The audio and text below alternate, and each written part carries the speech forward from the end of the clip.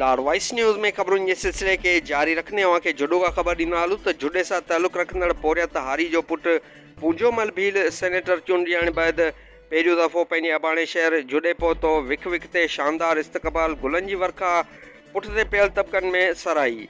Party क़यादत जो थोराइतो ऐं जंहिं पढ़ियल तबिके खे आला ऐवाननि में नुमाइंदगी ॾिनी सेनेटर पूंजोमल भील समाज जी पुठिते पियल माण्हुनि लाइ आवाज़ बुलंद कयो। विख विख ते मोहबतूं अर्पींदड़ हज़ारे माण्हुनि जो थोराइतो ऐं जुडे लॻ ॻोठ मोहम्मद अली शाह सां तालुक़ रखंदड़ पूंजोमल भील मुल्क जे आला ऐवाननि सेनेट में पंहिंजे उहिदे जो हलफ़ खणण बैदि पहिरियों दफ़ो पंहिंजे अबाणे शहर पहुतो। इन चयो त सदियुनि खां धिकारियल माण्हुनि जी बहितर तइलीम, तरक़ी, सिहत, मुस्तक़बिल बुनियादनि ते रिहाइश जा मालिकाना हुक़ूक़, सरकारी नौकरियूं ऐं ऐवाननि में हक़ीक़ी नुमाइंदगी लाइ आवाज़ उथारींदसि।